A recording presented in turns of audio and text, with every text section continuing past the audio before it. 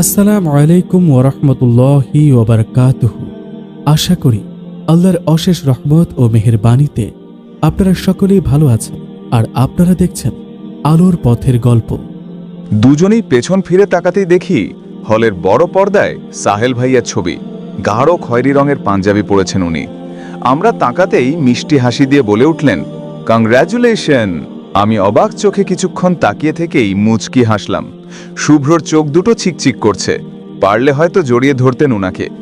সাহেল ভাইয়া কিছুক্ষণ তাকিয়ে থেকে মাথা নিচু করে জোরে একটা নিঃশ্বাস ছেড়ে মাথা তুলে সরাসরি শুভ্রর মুখের দিকে তাকালেন। হাসি মুখে বললেন, ওই কি ভাবিস তুই আমায়? আমার লাইফে সবচেয়ে ভালোবাসাময় মানুষ দুটোর এমন একটা স্পেশাল দিনে আমি থাকবো না? তা কি হয়? তোদের দুজনকেই খুব সুন্দর লাগছে আজ। শুভ্র এতক্ষণ চুপচাপ দাঁড়িয়ে থাকলেও হেসে উঠলেন এবার। ঠোঁটে হাসির রেখা টেনে নিয়ে বললেন, অনেক মিস করছি রে, কবে আসবি তুই? সাহেল ভুরিয়া কিছু বলতে যাবেন তার আগেই পাশ থেকে রোহন ভাইয়া বলে উঠলেন, শালা তুই টিঙে বসে আছিস আর এদিকে শুভ্র আমাদের আদা জল খাইয়ে ছেড়ে দিয়েছে। জানিস কাল আমরা সব ঘুমের ওষুধ খেয়ে ঘুমাইছি।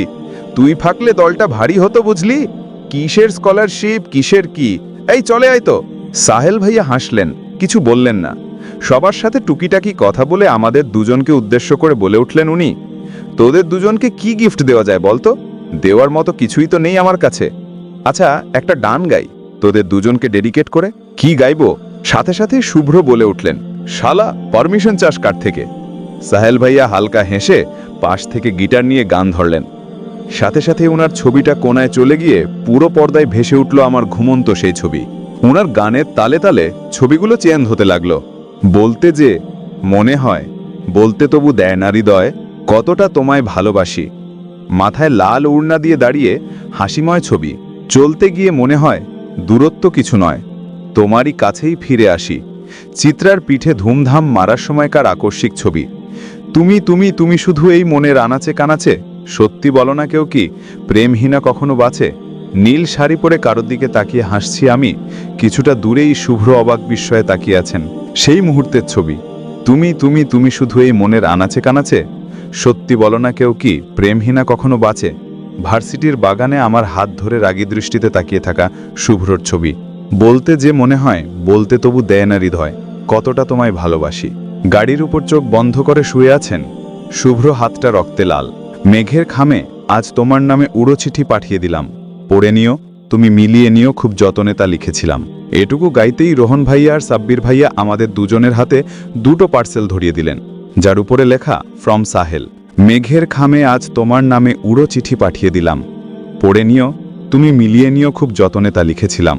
ও চাই পেতে আরো মন পেয়েও এত কাছে, সাদা রুমালে চোখ বাঁধা অবস্থায় আমি, আর আমার ঠিক সামনে হাত দুটো চেপে ধরে দাঁড়িয়ে থাকা শুভ্র।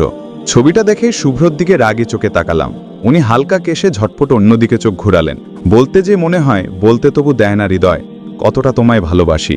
ওনাদের বাগানের ধারে আমার চুল টেনে ধরে দাঁড়িয়ে আছেন শুভ্র, আর আমার মুখ কালো। মন অল্পতে প্রিয় গল্প তো কল্পনায় স্বপ্ন আঁকে, ভুল ত্রুটি আবেগী খুনসুটি সারাক্ষণ তোমায় ছুঁয়ে রাখে। মন অল্পতে প্রিয় গল্প তো কল্পনায় স্বপ্ন আঁকে, ভুল ত্রুটি আবেগী খুনসুটি সারাক্ষণ তোমায় ছুঁয়ে রাখে। গান শেষ হতেই চারদিকে তালির বহর ছুটল। সাহেব ভাইয়া হেসে দিয়ে বলে উঠলেন, এগুলো হঠাৎ তোলা কিছু ছবি, হাতে ক্যামেরা থাকায় বাজে একটা অভ্যেস তৈরি হয়েছে, তবে থ্যাঙ্ক গড তুলেছিলাম। আজ কেমন অসাধারণভাবে কাজে লেগে গেল দেখো। এনিওয়ে, বাই বলার সময় চলে এসেছে। সব সময় হাসি খুশি থাকো, এই দোয়াই করি। আমার দিকে তাকিয়ে, সানশাইন, মুখের হাসিটা কখনো হারাতে দিও না প্লিজ। আল্লাহ হাফেজ। কথাটা বলেই স্ক্রিন কালো করে উদাও হয়ে গেলেন উনি। সাথে সাথেই মন খারাপ হয়ে গেল শুভ্রর। মন খারাপ ভাব একটা খুব খারাপ অসুখ। কারো মন খারাপ দেখলে সেই ভাবটা মুহূর্তেই অন্যের শরীরে এসে ভর করে। কি অদ্ভুত। জমকালো রিসেপশন একসময় শেষ হলো। ভার্সিটির স্যারেরাও এসেছিলেন বলে অনেকটাই অস্বস্তিতে পড়েছিলাম আমি। তবে সব ছাড়িয়ে চিত্রা আর শিশির স্যারের জোরপূর্বক নাচটা বেশ এনজয় করেছি আমি। রাতে রুমে এসে ফ্রেশ হয়ে বিছানায় পা তুলে বসলাম। উদ্দেশ্য সাহেল ভাইয়ার গিফটটা খোলা। র্যাম্পিং পেপারটা খুলতেই হাতে এলো একটা চিঠি, তার সাথে একটা অ্যালবাম আর একটা চমৎকার সুন্দর শাড়ি। চিঠিটা মেলে ধরতেই ভেসে উঠল সেই পরিচিত গুটি গুটি অক্ষর, হেই সানশাইন, কেমন আছো বলো তো? এই শুভ্র, তোমায় জ্বালায় না তো? একদম পাগলাটে টাইপ ছিলেও, ওর যা চাই তা ওর চাইই চাই। একটু পাগল হলেও এই পাগল ছেলেটা কিন্তু ভীষণ ভালোবাসে তোমায় সানশাইন। একটু সামলে নিও ওকে। তুমি অনেক লাকি যে ওকে পেয়েছো। ওর মতো ছেলে এখন হয় না বললেই চলে। একটা ছেলে তার প্রেয়সীকে যতটা ভালোবাসতে পারে, ও তোমাকে হয়তো তার থেকেও বেশি ভালোবাসে সানশাইন। ওর কাছে তুমি যেমন নিশ্চিন্ত, ওর কাছে তুমি আছো বলে আমিও নিশ্চিন্ত। Anyway, congratulation. তোমাদের কি গিফট দেওয়া যায় ভাবতে ভাবতে চুল পেকে গেছে আমার। দেওয়ার মতো তো কিছুই নেই আমার কাছে। আমার খুশিটুকু অনেক আগে তোমাদেরকেই দিয়ে দিয়েছি। এবার তাহলে কি দিই? তারপর তোমাদের তোলা ছবিগুলোর কথা মনে পড়ল। তার সাথে মনে পড়ল শাড়িটার কথা। তোমাকে প্রথম শাড়িতে দেখার পর ওটা তোমার জন্যই কিনেছিলাম। আমার জীবনের প্রথম নিজে পছন্দ করে কেনা শাড়ি। যদিও শাড়ি সম্পর্কে কোনো ধারণা নেই আমার, তবু আমার মনে হয় এই শাড়িটা তোমার মতোই একটা বেস্ট চয়েস ছিল আমার। আমার জীবনের প্রথম নিজে পছন্দ করে কেনা শাড়ি। যদিও শাড়ি সম্পর্কে কোনো ধারণা নেই আমার, তবু আমার মনে হয় এই শাড়িটাও তোমার মতোই একটা বেস্ট চয়েস ছিল আমার। তোমার নামে কেনা শাড়ি অন্য কাউকে দিতে পারবো না, তাই তোমাকেই দিলাম। এবার তোমার পালা। এর থেকেও চমৎকার একটা শাড়ি কিনে রিটার্ন গিফট করবে আমায়। আমার জীবনসঙ্গীকেও বেস্টটাই দিতে চাই আমি, কিন্তু আমার বেস্টটা তো তোমার কাছে। তাই বলছি কি, তোমার বেস্টটা এবার আমায় দিও প্লিজ। শুভকামনা। সব সময় ভালো থেকো, আর সব সময় হাসিটাকে আঁকড়ে রেখো। সাহেল। চিঠিটা পড়ে কিছুক্ষণ চুপচাপ বসে রইলাম আমি। সাহেল নামক মানুষটিকে অনেক সময় ভিন গ্রহের কোনো প্রাণী মনে হয় আমার। কিভাবে পারেন উনি? হঠাৎ শ্বাসকষ্টজনিত কারণে ঘুম ভেঙে গেল আমার। মনে হচ্ছিল ভারী কিছু দিয়ে কেউ একজন শ্বাসরুদ্ধ করে মেরে ফেলতে চাইছে আমায়। চোখ দুটো খুলে ব্যাপারটা বুঝতে পেরেই অবাক হলাম আমি।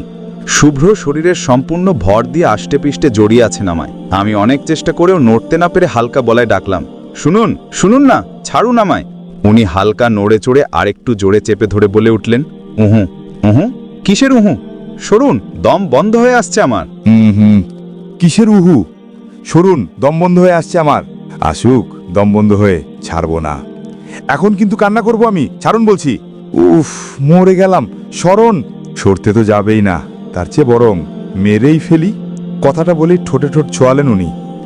এতক্ষণ যতটুকু শ্বাস নিতে পারছিলাম, এখন সেটুকুতেও বাদ সাধলেন উনি।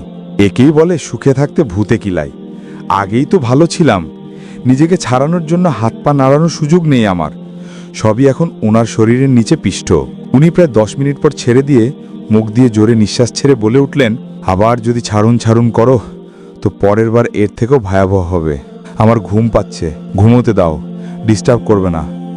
কথাটা বলে আরও একটু জোরে চেপে ধরে গলায় মুখ গুজলেন উনি। আমি কয়েকবার জোরে জোরে শ্বাস টেনে নিয়ে কাঁদো কাঁদো মুখে শুয়ে রইলাম। উনার এভাবে জাপটে ধরায় সারা শরীর যেন কাঁপছে আমার।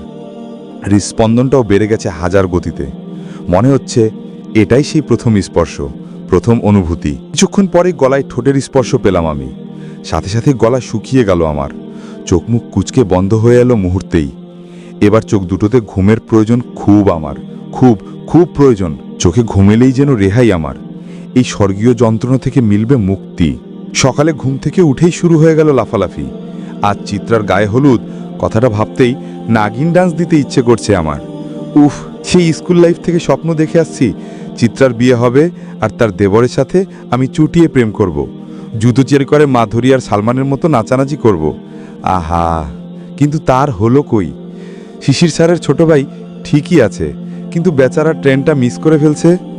এখন সে ট্রেন ধরতে গেলে শুভ্রতাকে ফ্লাইটের টিকিট ধরিয়ে দিবে কনফার্ম। সকাল 10টা বাজতেই চিত্রা ফোনের পর ফোন দিতে লাগলো। আমিও রেডি, ফটাফট রেডি হয়ে শুভ্রর গলায় ঝুলাঝুলি করে অবশেষে তাকে নিয়ে হাজির হলাম চিত্রানিবাস। আর সেখান থেকে গেলাম ওয়েডিং হাউস। 3 দিনের জন্য বুক করা হয়েছে এই হাউস। হলুদ, মেহেদি, বিয়ে আর রিসেপশনের অনুষ্ঠান হবে এখানে। কনেপক্ষ আর বরপক্ষ এই কটা দিন একসাথেই থাকবে। শুভ্র ভাইয়ার সব ফ্রেন্ডস এবং রাতুল ও সাকিব ভাইকেও দাওয়াত করেছে চিত্রা। সবাই এখানে উপস্থিত। আমাকে আর শুভ্রকে ওপরের তলার একটা রুম দেওয়া হলো। রোহন ও সাব্বির ভাইয়াদের দেওয়া হলো আমাদের পাশের রুম। রাহিয়াপু, নীলিয়াপু এসছেন। সবাই যার যার মতো রুমে চলে গেল রেস্ট নিতে। বিকেল 3টায় হলুদের ফাংশন শুরু হবে। হলুদের পরপরই হবে মেহেদি, নাচ গান সব। ওয়াশরুম থেকে ফ্রেশ হয়ে বের হতেই দেখি শুভ্র হাত পা ছড়িয়ে শুয়ে আছে। গায়ে লাল টি শার্ট আর পরনে ব্ল্যাক 3/4 প্যান্ট। পায়ের লোমগুলো পায়ের সাথে ল্যাপটে আছে, চুলগুলোতেও ভেজা ভাব। মুখটা মুছে তোয়ালেটা বারান্দায় ছড়িয়ে দিয়ে ওনার সামনে গিয়ে দাঁড়ালাম। ভ্রু কুচকে খানিকক্ষণ ওনাকে দেখে নিয়েই বলে উঠলাম, গোসল করেছেন নাকি? উনি চোখ বন্ধ করেই বলে উঠলেন, কোথায় করলেন? ওয়াশরুমে তো আমি ছিলাম। তাহলে? সাব্বিরদের ওয়াশরুমে করে নিয়েছি। ছাড়ো ওসব, মাথায় একটু হাত বুলিয়ে দাও তো। প্রচণ্ড মাথা ধরেছে আমার। আমি কোনো কথা না বলে চুপচাপ ওনার মাথার কাছে গিয়ে বসে পড়লাম। আমি পাশে বসতেই কোলে মাথা রেখে দু হাতে শক্ত করে কোমর জড়িয়ে ধরলেন উনি। সাথে সাথেই চমকে উঠলাম আমি। তাড়াহুড়ো করে উনার কপালে হাত রেখেই কেঁপে উঠলাম। এত জ্বর? আবার এত জ্বর কি করে? ওনার কথার কোনো উত্তর দিলেন না উনি। কোমরটা আরও শক্ত করে জড়িয়ে ধরে চুপ করে রইলেন উনি। ওনার গায়ে হাত দিতেই কান্না পেয়ে যাচ্ছে আমার। এখানে তো আম্মুও নেই, ডাক্তার কোথায় পাবো আমি? আপাতত সব চিন্তা বাদ দিয়ে জ্বর কমানোর আয়োজন করতে ওনাকে ছাড়াতে গেলেই আরও শক্ত করে চেপে ধরে বলে উঠলেন, খবরদার কোথাও যাবে না, কোথাও যাবে না। আচ্ছা রোদ, আমাকে একটা হেল্প করবে প্লিজ? আমি অবাক চোখে তাকালাম। ওনার কাছে কি হেল্প চাই উনার? আমি কৌতূহলী গলায় বলে উঠলাম, কি হেল্প? আমায় মেরে ফেলতে পারবে? রোদ প্লিজ। ওনার কথায় হৃদস্পন্দন যেন থমকে গেল আমার। কী সব বলছেন উনি? হঠাৎ এসব অদ্ভুত কথা কেন? আমি ব্যস্ত হয়ে বলে উঠলাম, এইসব কি বলছেন আপনি? পাগল হয়ে গেলেন নাকি? পাগল হয়ে যাচ্ছি রোদ, পাগল হয়ে যাচ্ছি। মেরে ফেলো না আমায়। আচ্ছা, আমি মরে গেলে কি সাহেলকে বিয়ে করবে তুমি? কী সব বলছেন এসব? এসব বাজে কথা বন্ধ করুন প্লিজ। না আপনার কিছু হবে আর না আমি অন্য কাউকে বিয়ে করব, বুঝতে পারছেন আপনি? শুভ্র হাসলো, খুবই মৃদুভাবে হাসলো। শীতল কণ্ঠে থেমে থেমে বলে উঠল সে, তোমাকে কে বেশি ভালোবাসে রোদ, আমি নাকি সাহেল? সাহেল কি তোমাকে ভিক্ষা দিল আমায়? তুমি কি সাহেলকে ভালোবাসো রোদ? এবার ঢুকরে কেঁদে উঠলাম আমি। কী সব অদ্ভুত কথা বলছেন উনি? আমি সাহেল ভাইয়াকে ভালোবাসতে যাব কেন? এতদিন পর শুভ্র এই কথাটা কেন বলছে? কেন? আমার কান্নার শব্দ শুনে মাথা তুলে তাকালেন শুভ্র। কিছুক্ষণ অবাক চোখে তাকিয়ে থেকে বলে উঠলেন, কাঁদছো কেন রোদ পাখি? কার জন্য কাঁদছো? আমার জন্য নাকি সাহেলের জন্য? আমার খুব কষ্ট হচ্ছে রোদ, খুব। বন্ধুত্ব আর ভালোবাসার মধ্যে আটকে গেছি আমি। সাহেলের মুখ দেখলে কষ্ট হয়, আবার তোমার মুখ দেখলেও কষ্ট হয়। এই বোঝাটা বয়ে বেড়ানোর খুব কষ্টের রোদ পাখি, খুব কষ্টের। ছোট থেকে কখনো কিছু স্যাক্রিফাইস করতে হলে স্যাক্রিফাইসটা সবসময় আমিই করতাম, সাহেলকে কখনো সুযোগই দেইনি। সাহেল সবসময় বলতো, তোর এই জিতটা বেশি দিন থাকবে না শুভ্র, কোনো একদিন আমি এমন কিছু করব যে তুই জাস্ট তাকিয়ে থাকবি। সত্যি আমি এবার তাকিয়ে আছি। সাহেলের কাছে প্রথমবারের মতো হেরে গেছি। কি করব বলো? তোমাকে যে ছাড়তে পারিনি আমি। কেন এলে বলো তো আমার জীবনে? কেন এলে? আমি না পারছি বাঁচতে, না পারছি মরতে। আমি মরে গেলেই সব ঝামেলা চুকে যেত রোদ পাখি, আমি জিতে যেতাম। আচ্ছা, আমার খাবারে বিষ মিশিয়ে দিতে পারবে তুমি? আমার কোনো অভিযোগ থাকবে না রোদ, শুধু অনুরোধ থাকবে, তখনও আমার মাথাটা এভাবেই কোলে রেখো। ব্যাস, আর কি চাই বলো? এবার আর সামলাতে পারলাম না নিজেকে। জ্বর হয়েছে বলে কি যা ইচ্ছা বলবেন নাকি উনি? মুহূর্তেই এগ্রেসিভ হয়ে উঠলাম আমি। দু হাতে কোমর থেকে উনার হাত দুটো সরিয়ে দিলাম। মাথাটা কোল থেকে সরাতেই অবাক হয়ে তাকালেন উনি। উনি আরও অবাক হলেন যখন উনার ঠোঁটে ঠোঁট ডুবালাম আমি। মনের সবটা ঝাঁবি ঢেলে দিলাম উনার ঠোঁটে। উনি প্রথমে অবাক হলেন, তারপর চোখ বন্ধ করে সবটা সহ্য করলেন। কিছুক্ষণ পরে উনাকে ছেড়ে দিয়ে উনার বুকে মাথা রেখে ডুকরে কেঁদে উঠলাম আমি। কাঁদলাম, ইচ্ছে মতো কেঁদে নিয়ে একসময় শান্ত হয়ে গেলাম। উনি কিছু বলছেন না, শুধু দেখে যাচ্ছেন আমায়। আমি হিচকে তুলতে তুলতে বলে উঠলাম, ভালোবাসি, খুব ভালোবাসি আপনাকে। কেন বুঝেন না আপনি? সেই প্রথম দিন থেকে ভালোবাসি। সেই ভালোবাসাকে কি করে অপমান করলেন আপনি? সাহেল ভাইয়াকে নিয়ে কখনো এমন কিছু ভাবিনি আমি। আপনাকে ছাড়া অন্য কারো দিকে কখনো চোখ তুলে তাকাইনি, না বিয়ের আগে না পরে। তবুও এই অপবাদটা কি করে দিলেন আপনি? সাহেল ভাই আমাকে ভালোবাসতে পারে, কিন্তু আমি তো বাসি না। সেটা তো উনার সমস্যা, আমার নয়। আমার বিয়ের পর হুট করে একদিন জানতে পারলাম সাহেল ভাই আমাকে ভালোবাসে, কিন্তু তাতে আমার কোনো দোষ ছিল শুভ্র? অনেকে অনেককে ভালোবাসে তাই বলে সবাই তো সবাইকে পায় না। ডক্টর আহানও ভালোবাসতো, তাই বলে কি তাকেও ভালোবাসতে হবে আমায়? কলেজে সাব্বির নামে একটা ছেলে সুইসাইড অ্যাটেম্প্ট করেছিল, তাহলে কি তাকেও ভালোবাসতে হবে আমায়? ভালোবাসাটা দুই দিকেই থাকতে হয়, ওয়ান সাইডেড লাভ আর কত দূরে এগোয়। ভিক্ষাটা তখন হতো যখন আমি সাহেল ভাইয়াকে ভালোবাসতাম, কিন্তু তা তো নয়। ভালো তো আমি আপনাকেই বাসি, ওনার কাছে সরে যাওয়া ছাড়া অন্য কোনো অপশন ছিল না। আমি আপনাকে পেয়ে নিজেকে সৌভাগ্যবতী মনে করি। নিজেকে পৃথিবীর সবচেয়ে সুখী মনে হয় যখন ভাবি আপনি আমায় ভালোবাসেন, শুধু এবং শুধু আমায় ভালোবাসলেন। কিন্তু আজ যখন জানলাম আমার জন্য আপনার মরে যেতে ইচ্ছে করে, আমি আপনার জীবনে একটা ঝামেলা মাত্র, তখন মনে হলো আমার তো বেঁচে থাকার কোনো অধিকারই নেই। আপনি ভুল বলেছেন শুভ্র, আপনি নয়, আমি মরে গেলেই সব শেষ হয়ে যাবে। খাবারে বিষ মিশবে, কিন্তু খাবারটা আপনার হবে না, আমার। কথাটা বলতেই চট করে উঠে বসলেন শুভ্র। আমাকে টেনে উঠিয়ে চর বসালেন গালে, গাল দুটো চেপে ধরে বলে উঠলেন, এই কথা বলার সাহস কোথায় পেলে তুমি? এতটা সাহস বেড়ে গেছে তোমার? আমি মুচকি হাসলাম। গাল থেকে হাতটা সরিয়ে দিয়ে ওনাকে শক্ত করে জড়িয়ে ধরে বললাম, ভয় লেগেছে? বুক কেঁপে উঠেছে? আমারও এমনটাই লেগেছিল শুভ্র, কিন্তু আমার ভাবনা বা ভালোবাসা কোনোটাই আপনার নজরে পড়েনি। আপনারা সবাই তো একে অন্যের জন্য স্যাক্রিফাইস করতে ব্যস্ত। আমি কি চাই সেটা আপনাদের কাছে বড় বিষয় নয়। সাহেল ভাইয়া এই জন্য সরে যায়নি যে আপনি আমাকে ভালোবাসেন। সাহেল ভাইয়া এই জন্য সরে গিয়েছে কারণ আমি আপনাকে ভালোবাসি। উনি আমার ভালোবাসাটা বুঝলেন, আপনি বুঝলেন না। এবার আমাকে হারিয়ে বুঝবেন কতটা ভালোবাসতাম আমি। ভালোবাসতে আপনারাই জানেন না, আমিও জানি। আমার ভালোবাসাকে অপমান করার শাস্তি আপনাকে পেতে হবে। আমাকে ছেড়ে যাওয়ার কথা বলার জন্য শাস্তি আপনাকে পেতে হবে। খাবারে বিষ মিশবে, কিন্তু খাবারটা আপনার হবে না, আমার। কথাটা বলতেই চট করে উঠে বসলেন শুভ্র। আমাকে টেনে উঠিয়ে চড় বসালেন গালে। গাল দুটো চেপে ধরে বলে উঠেন, এই কথা বলার সাহস কোথায় পেলে তুমি? এতটা সাহস বেড়ে গেছে তোমার? আমি মুচকি হাসলাম। গাল থেকে হাতটা সরিয়ে দিয়ে ওনাকে শক্ত করে জড়িয়ে ধরে বললাম, ভয় লেগেছে? বুক কি তো উঠেছে? আমারও এমনটাই লেগেছিল শুভ্র, কিন্তু আমার ভাবনা বা ভালোবাসা কোনোটাই আপনার নজরে পড়েনি। আপনারা সবাই তো একে অন্যের জন্য স্যাক্রিফাইস করতে ব্যস্ত। আমি কি চাই সেটা আপনাদের কাছে বড় বিষয় নয়। সাহেল ভাইয়া এই জন্য সরে যায়নি যে আপনি আমাকে ভালোবাসেন। সাহেল ভাইয়া এই জন্য সরে গিয়েছে কারণ আমি আপনাকে ভালোবাসি। উনি আমার ভালোবাসাটা বুঝলেন, আপনি বুঝলেন না। এবার আমাকে হারিয়ে বুঝবেন কতটা ভালোবাসতাম আমি। ভালোবাসতে আপনারাই জানেন না, আমিও জানি। আমার ভালোবাসাকে অপমান করার শাস্তি আপনাকে পেতে হবে। আমাকে ছেড়ে যাওয়ার কথা বলার জন্য শাস্তি আপনাকে পেতে হবে। খাবারে বিষ মিশবে, কিন্তু খাবারটা আপনার হবে না, আমার। আমার কথাটা শুনে উনি কেঁপে উঠলেন। আমাকে শক্ত করে জড়িয়ে ধরে বলে উঠলেন, কোনো পাগলামি করো না প্লিজ। আমি সরি, আর কখনো এমন কথা বলবো না। তুমিও বলো না। বলবো না, করব। ছাড়ুন আমাকে। আমি কোনো হার্কলেস মানুষের বুকে থাকবো না। আচ্ছা ছেড়ে দিব, তার আগে গালটা দেখি। ইস, খুব জোরে লেগেছে না?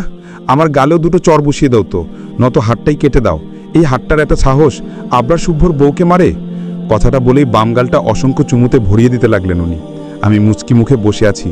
বুঝতে পারছি জ্বরটা অনেকটাই কমে গেছে ওনার, কিন্তু চিন্তার বিষয় হলো বিষ কোথায় পাবো আমি? অনলাইনে অর্ডার করা যায় নাকি? দুপুর 2টো। মায়ের সাথে ফোনে কথা বলে রুমের দিকে ফিরছিলাম। ঠিক তখনই দেখি আন্টি, চিত্রার মা, মেজাজের ভালুদা বানিয়ে মুখ ফুলিয়ে বসে আছেন।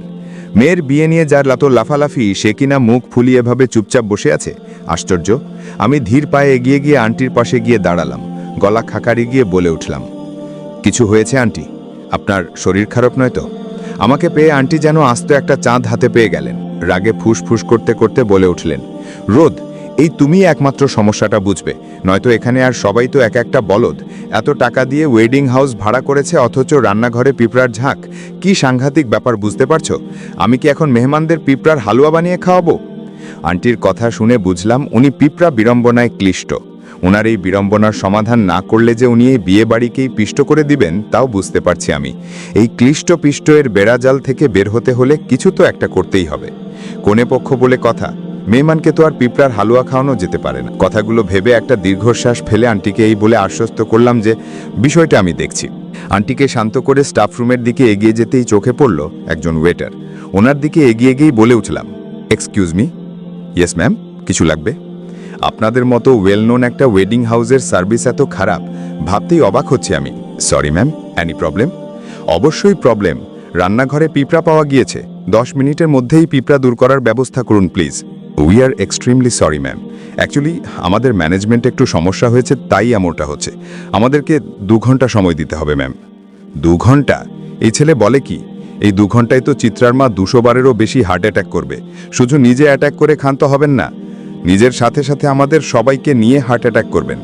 আচ্ছা, এই হার্ট অ্যাটাকের নাম কি দেওয়া যেতে পারে? Group heart attack? কথাটা ভেবে আবারও দীর্ঘশ্বাস ফেললাম আমি। সামনে দাঁড়ানো ছেলেটিকে জিজ্ঞেস করলাম, আপাতত পিঁপড়া তাড়ানোর জন্য আপনাদের কাছে কোনো বিষ হবে? পিঁপড়া মারা বিষ? বাজারে তো এমন অনেক ধরনের বিষ পাওয়া যায়, আপনি কি ম্যানেজ করে দিতে পারবেন? এটুকু বলতেই কোথা থেকে ছুটে এলেন শুভ্র। আমার হাত টেনে ধরেই হাঁটা দিলেন উনি। আমি অবাক বিস্ময়ে বলে উঠলাম, আরে আরে টানছেন কেন? আমি একটা ইম্পর্টেন্ট ডিসকাশন করছিলাম। চুপ, একদম চুপ। এসব স্টাফদের সাথে তোমার কিসের ডিসকাশন? ওদের সাথে কথা বলা বন্ধ। এখানে কি কথা বলার জন্য কম মানুষ আছে? ওদের সাথে কথা বলো। তা না স্টাফদের সাথে বিষ নিয়ে ডিসকাশনে নেমে গেছো। বাচ্চা মানুষ এত বিষ নিয়ে ডিসকাশন কেন করবা? ডিসকাশন যদি করতেই হয় তাহলে ফুল, পাতা, চকলেট, আইসক্রিম এসব নিয়ে ডিসকাশন করবা। ওনার কথায় ভ্রু কুঁচকে এলো আমার। কি আশ্চর্য! আমি ওদের সাথে ফুল পাতা নিয়ে ডিসকাশন করতে যাব কেন? আজব তো, আমি ওদের সাথে ফুল পাতা নিয়ে গল্প করতে যাব কেন? ছাড়ুন তো, ছাড়ুন। আচ্ছা ছাড়বো, আগে বলো স্টাফদের সাথে কোনো রকম কথা বলবে না। আচ্ছা বলবো না, ছাড়ুন। আর তোমা, এটুকু বলতে এই শিশির স্যার এসে হাজির। ড্রেস আপ নিয়ে কি একটা হেল্প লাগবে বলে শুভ্রকে ফোর্স করতে লাগলেন উনি। শুভ্র বাধ্য ছেলের মতো ওনার পিছু নিলেন। যাওয়ার সময় পেছনে ফিরে করুণ চোখে তাকিয়ে কিছু একটা বুঝালেন আমায়। আমি সেদিকে গুরুত্ব না দিয়ে পিঁপড়া তাড়ানোর পেছনে লেগে গেলাম। কি করা যেতে পারে, কি করা যেতে পারে ভাবতে ভাবতেই রাতুল ভাইয়াকে চোখে পড়ল। উনি খুব মনোযোগ দিয়ে গেম খেলছিলেন। আমি ওনার সামনে দাঁড়াতেই উনি অসচেতন চোখে একবার আমার দিকে তাকিয়েই আবারও ফোনে মুখ গুজলেন। তারপর কি ভেবে শটান দাঁড়িয়ে পড়ে বলে উঠলেন, আসসালামু আলাইকুম ভাবি। ওয়ালাইকুম আসসালাম ভাইয়া। কোনো দরকার ভাবি? মানে কিছু বলবেন? হ্যাঁ বলবো, একটা হেল্প চাই, করবেন প্লিজ। কি হেল্প ভাবি? আশেপাশে কোনো শপ আছে যেখানে বিষ পাওয়া যাবে? থাকলে একটু এনে দিবেন প্লিজ। কথাটা বলা শেষ হতেই আবারও শুভ্র এসে হাজির। উনি এসেই আমার হাত টেনে ধরে রাগী চোখে তাকালেন। আমি অবাক চোখে তাকিয়ে আছি। ওনার সমস্যাটা কি বুঝতে পারছি না আমি। উনি গাল ফুলিয়ে একটা জোরে শ্বাস ফেলে বলে উঠলেন, আবার শুরু করছো তুমি? আর তুই? রাতুলের দিকে তাকিয়ে বলেন, যা ভাগ এখান থেকে, আগামী 3 দিন তোর ভাবির আশেপাশে আসবি না। কথা তো দূরের কথা। শুভ্রর কথায় করুণ চোখে তাকালেন রাতুল ভাইয়া। মাথা নিচু করে মিনমিন করে বলে উঠলেন, আমি আবার কি করলাম ভাই? ভাবি তো শুধু বিষের কথাটাই জিজ্ঞেস করছিল, আমি তো কিছু করিনি। তুই কিছু করিসনি ভাই, তবুও তোর ভাবির থেকে 10 হাত দূরে থাক। ভাবির প্রতি তোর অতি ভক্তিতে বিপদের আশঙ্কা আছে বুঝলি। তুই কি চাস তোর ভাইটা বউ হারিয়ে এতিম হয়ে যাক? না ভাই, তাহলে ওর থেকে দূরে থাক। আগামী 3 দিনের মধ্যে যদি দেখি ওর সাথে তুই কথা বলছিস তো খবর আছে, একদম হাড়গুড় ভেঙে তাদের সাথে ঝুলিয়ে রাখবো। এখনও 1 বছর হলো না বিয়ে করছি, আর তোরা আমাকে বিধবা, ও সরি, এই রাতুল, বিধবার মেল ফর্ম কিরে? জানি না ভাই। তা জানবি কেন? এটা জানলে তো ভালো কিছু একটা জেনে যাবি। তুই শুধু বিষ কোন দোকানে পাওয়া যায় সেটা জানবি। বলদ একটা, যা ভাগ। রাতুল ভাইয়া দিলেন এক দৌড়। ভাইয়ের মেজাজ তার কাছে মোটেও সুবিধার মনে হচ্ছে না। আমি ভ্রুকুচকে তাকিয়ে আছি। উনি আমাকে হাত ধরে টেনে টুনে রুমে এনে দরজা বন্ধ করে দিলেন। বিছানায় 2 হাতে মুখ ঢেকে বসে রইলেন কিছুক্ষণ। আমি ঘাটটা হালকা কাত করে ভ্রুকুচকে তাকিয়ে আছি। উনি হঠাৎই শটান দাঁড়িয়ে গিয়ে আমাকে নিজের কাছে টেনে নিলে বললেন, কি শুরু করছো বলো তো? সবার কাছে গিয়ে বিষ চাইছো? আমি সরি বলেছি তো। তোমার কিছু হলে কি আমি বাঁচবো বলো? তখন তো ডিপ্রেশনে কি না কি বলে দিয়েছি সেটা ধরে বসে আছো তুমি। এটা কি ঠিক বলো? আমি এতক্ষণে বুঝলাম ওনার মাথায় অ্যাকচুয়ালি কি ঘুরছিল। বিষ খাওয়ার ব্যাপারটা তো আমি এমনি বলে দিয়েছিলাম। উনি সেটাকে যে সিরিয়াসলি নিয়েছেন বুঝতে পারিনি। এত কিউট একটা হাজবেন্ড থাকতে সুইসাইড করতে যাব কেন দুঃখে? ওনার ছোঁয়ায় ঘোর কাটলো আমার। ওনার দিকে পূর্ণ দৃষ্টিতে তাকালাম আমি। উনি করুণ কণ্ঠে বলে উঠলেন, এমন বিষ করো না। তোমার মুখে বিষ ওয়ার্ডটা শুনলেই হার্ট অ্যাটাক হওয়ার অবস্থা হয় আমার। প্লিজ দোত পাখি। এবার আমি ঝটকা দিয়ে নিজেকে ছাড়িয়ে নিলাম। রাগী গলায় বললাম, দূরে থাকুন, আগলা পীড়িত দেখাবেন না বলে দিচ্ছি। আগলা পীড়িত? কিসব ওয়ার্ড ইউজ করো তুমি রোদ? ওহ, এখন আমার বলা ওয়ার্ডেও প্রবলেম আপনার? হবেই তো, হবে না? এখন তো পুরাতন হয়ে গেছি। চারপাশে এত সুন্দরী সুন্দরী রমণীর মিষ্টি বুলির ভিড়ে কি আমার কথা আপনার ভালো লাগবে? লাগবে না তো, বুঝি তো আমি। মুখ ফুলিয়ে, হোয়াট? পাগলের মতো কিসব বলছো তুমি রোদ? পাগল? এখন আমি পাগল? কিছুক্ষণ পর নিশ্চয়ই বলবেন আমি এক্সপায়ার্ড হয়ে গেছি, তাই না? হোয়াট? এক্সপায়ার্ড? মানুষ কখনো এক্সপায়ার্ড হয় নাকি? কেমন উদ্ভট বিহেভ করছো তুমি রোদ। বিয়ের 6 মাসের মাথায় আমি উদ্ভট? বাবা দেখে যাও কেমন ছেলের কাছে বিয়ে দিয়েছে আমায়। কথাটা বলে এগিয়ে গেলাম আমি। শুভ্র যেন বোকা বনে গেছেন। আমার এমন বিহেভিয়ার তার কাছে নতুন। আমি ওনার কাছে গিয়ে পাঞ্জাবির কলার চেপে ধরে কিছু একটা বলতে যাব, তার আগেই সাব্বির ভাইয়ার কণ্ঠ কানে এলো। এই শুভ্র, তোর কাছে, ওপস, সরি বস, রং টাইমিং। ওনারা দুজন ঘাড় ঘুরিয়ে তাকালেন। শুভ্র হতভম্ব ভাব নিয়ে তাকিয়ে আছেন। আমি ওনার কলার ছেড়ে দিয়ে সাব্বির ভাইয়ার সামনে গিয়ে দাঁড়ালাম। ওনার হাত থেকে কোল্ড ড্রিঙ্কসের বোতলটা নিয়ে বললাম, নতুন নাকি? জি ভাবি। ও, আই ওয়ান্ট টু টেস্ট ইট। আমার বরের থেকে আরেকটা কিনে নিয়েন। বাই ভাইয়া। কথাটা বলে রুম থেকে বেরিয়ে গেলাম আমি। কোল্ড ড্রিঙ্কস খেতে খেতে ভাবতে লাগলাম, এই পিঁপড়া সমস্যার সমাধানটা কি করে করা যায়? চিত্রার থেকে হেল্প নিব? আর 8 ঘন্টা পর ওর গায়ে হলুদ। সেজে গুছে বসে আছে 8 ঘন্টা যাবৎ, নিশ্চয়ই মাথায় জ্যাম বেঁধে গেছে। পিঁপড়া সমস্যা নিয়ে চিন্তা করলে এই জ্যাম খুললেও খুলতে পারে। কথাটা ভেবে হুট করে ঢুকে গেলাম চিত্রার রুমে। কিন্তু রুমে গিয়ে যা দেখলাম তার জন্য মোটেও প্রস্তুত ছিলাম না আমি। কিছুক্ষণ স্তব্ধ হয়ে দাঁড়িয়েই দিলাম এক চিৎকার। তাড়াতাড়ি মুখ জিপে ধরে নিজেকে শান্ত করে চোখ মুখ কুচকে বলে উঠলাম, সরি, রোমান্স চলছিল বুঝতে পারিনি। ওনার কথায় চিত্রা লালে লাল। শিশির স্যার পারেন তো দৌড়ে পালান। আমিও নিজে বেশ লজ্জা পেয়েছি। তবু সেই লজ্জাটুকুকে পাত্তা না দিয়ে ওদেরকে আরেকটু লজ্জা দেওয়ার ইচ্ছেই বলে উঠলাম, আপনারা চাইলে আবার কন্টিনিউ করতে পারেন। আমি এবার আর হুট করে রুমে ঢুকবো না, নক করে ঢুকবো। নো টেনশন, চালিয়ে যান। বাই। কথাটা বলে এক মুহূর্ত দাঁড়ালাম না আমি। কি একটা লজ্জাকর পরিস্থিতিতে পড়েছিলাম। তবে শিশির স্যার আর চিত্রার মুখটার কথা মনে করে নিজের লজ্জার কথা ভুলে গিয়ে হাসিতে ভেঙে পড়তে ইচ্ছা করছে আমার। তবু নিজেকে সংযত করে আশেপাশে তাকালাম। চারপাশে মেহমানে ভর্তি। এত সব মেহমানদের মধ্যে সবুজ পাঞ্জাবি পরা রাতুল ভাইয়াকে দেখতে পেলাম। হাতে একগন্ধা কোল্ড ড্রিঙ্কসের বোতল। আমি ওনার সামনে যেতেই উনি ঘুরে হাঁটা দিলেন। আমিও কম কিসে আবার ওনার সামনে গিয়ে দাঁড়ালাম। রাতুল ভাইয়া আবার কাটিয়ে যেতে গেলেন তো আবারও ওনার সামনে গিয়ে দাঁড়ালাম। রাতুল ভাইয়া অসহায় দৃষ্টিতে আমার দিকে তাকালেন। আমি ভ্রু নাচিয়ে বললাম, কি জনাব, পালান কেন? ভাই আপনার সাথে কথা বলতে মানা করছে, কথা বলবো না। ওনার কথায় হেসে উঠলাম আমি। হেসে হেসে বললাম, আপনি তো কথা বলছেনই, এনিওয়ে একটা কোল্ড ড্রিঙ্কস দিয়ে যান, নয়তো যেতে দিব না। রাতুল ভাইয়া একটা কোল্ড ড্রিঙ্কসের জায়গায় দুটো দিয়ে গেলেন। আমি কোল্ড ড্রিঙ্কস খাচ্ছি আর হাঁটছি। হঠাৎই কোথা থেকে এক ছেলে এসে সামনে দাঁড়িয়ে পড়ল।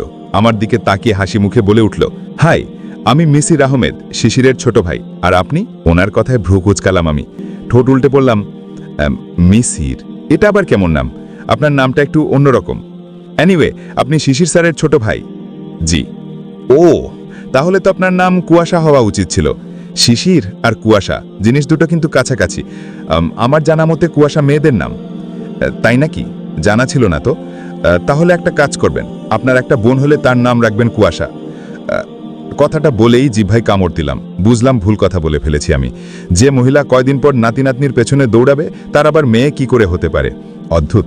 নিজের ভুল বুঝতে পেরে মুখে হাসি টেনে নিয়ে বললাম, আই মিন টু সে, শিশির স্যারের মেয়ের নাম কুয়াশা রাখলে বেশ হবে। বাপ শিশির, মেয়ে কুয়াশা। দারুণ না? হ্যাঁ, দারুণ। আচ্ছা, আপনার নামটা তো বললেন না। কোনে পক্ষ? জি, কোনে পক্ষ। আমার নাম নওশিন আবরার রোদেলা। বাহ, সুইট নেম। আপনি দেখতে যেমন মিষ্টি, আপনার নামটাও তেমন মিষ্টি।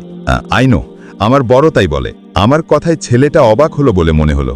কয়েক সেকেন্ড চুপ থেকে বলে উঠলেন, আপনি ম্যারিড? দেখে বোঝার উপায় নেই একদম। তবে ব্যাপার না, আপনার মতো রসগোল্লা টাইপ মেয়েদের 2-3টার হাজব্যান্ড থাকলেও ব্যাপার না। আপনারা অলওয়েজ প্রাণবন্ত। এটা 2020, এখন married unmarried doesn't matter, right? Yeah, of course. আপনি তো দেখি খুব অত্যাধুনিক মন মানসিকতা পোষণ করেন। আমার হাজব্যান্ডের মন মানসিকতাও কিন্তু খুব আধুনিক। 1 মিনিট দাঁড়ান, এক্ষুনি আসছি। আমাদের থেকে কিছুটা দূরেই শুভ্র কয়েকজন লোকের সাথে দাঁড়িয়ে কথা বলছিলেন। আমি দৌড়ে ওনার কাছে গিয়ে আঙ্গুল দিয়ে পিঠে গুঁতো দিলাম। উনি পেছন ফিরে আমাকে দেখেই অবাক হলেন। ওনাদেরকে বিদায় দিয়ে আমাকে একটু দূরে সরিয়ে এনে বললেন, কি হয়েছে? এমন বাচ্চার মতো বিহেভ করছো কেন? ওইদিকে চলুন, একটা জিনিস দেখাবো। কি দেখাবে? আহা, চলুন না। কথাটা বলে উনাকে টেনে মিসিরের সামনে এনে দাঁড় করালাম। মিসিরকে ইশারা করে বললাম, ইনি হলেন কুয়াশা, মিস্টার কুয়াশা। জিভ ভাই কামড় দিয়ে বললাম, উপস, ওনার নাম কুয়াশা নয়, মিসির আলী, শিশির স্যারের ভাই। আর ইনি হচ্ছেন আমার বর। কিউট না? মিসিরের দিকে তাকিয়ে শুভ্র মুচকি হাসলেন, হাত বাড়িয়ে দিয়ে বললেন, হ্যালো মিস্টার মিসির, আমি আবরার আহমেদ শুভ্র। মিসির কিছুক্ষণ শুভ্রর দিকে অবাক চোখে তাকিয়ে থেকে হাত মেলালেন। আমি শুভ্রর হাত ঝাঁকিয়ে বলে উঠলাম, জানেন, উনি না খুব আধুনিক মন মানসিকতা সম্পন্ন মানুষ। তাই নাকি? বাহ, ভালো তো। উনি বলছিলেন আমার মতো রসগোল্লা আর মিষ্টি মেয়েদের 2-3টা বর থাকতেই পারে, এতে দোষের কিছুই নেই। আজকালকার যুগে এসব কেই বা মানে। এবার শুভ্রর চোয়াল শক্ত হয়ে এলো। ভ্রু কুচকে মিসিরের দিকে তাকালেন। মিসির রীতিমতো ঘামছেন। কোনো রকম ঢোক গিলে বলে উঠলেন, আমি আসছি। মিসির চলে যেতেই ফিক করে হেসে উঠলাম আমি। শুভ্রকে দুহাতে জড়িয়ে দিয়ে বলে উঠলাম, ভয় পেয়েছে? শুভ্র ভ্রু কুচকে আমার দিকে তাকিয়ে তাড়াতাড়ি নিজের থেকে ছাড়িয়ে নিলেন আমায়। ফিস ফিস করে বলে উঠলেন, কি করছো? সবাই দেখছে তো। তাতে কি, দেখলে আমার কি? এই, তুমি এমন বিহেভ করছো কেন বলো তো? কিছু খেয়েছো নাকি?